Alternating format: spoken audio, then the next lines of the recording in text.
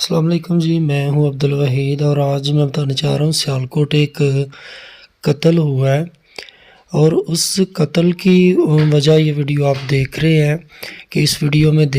دیکھا جا سکتا ہے کہ ایک کم سن عمر کا بچہ قتل کر دیتا ہے، گن اٹھاتا ہے اور ساتھ لیٹے ہوئے ایک شخص کو قتل کر دیتا ہے اور وہ شخص کوئی اور نہیں اس کا بہنوئی ہے۔ یہ جس بندے نے فائر کیا ہے اس کا بہنوئی ہے اور اس کے ساتھ اس کی بیوی ہے،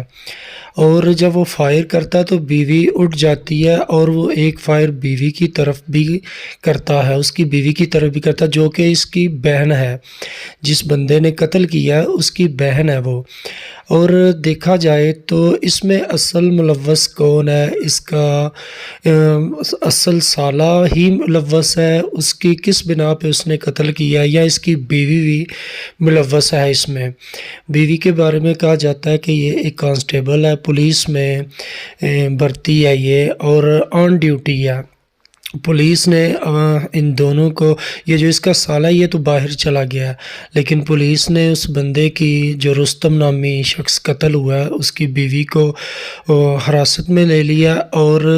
تفصیل جاننے کی کوشش کر رہے ہیں کہ اس کے پیچھے، اس مرڈر کے پیچھے اصل میں کس کا ہاتھ تھا،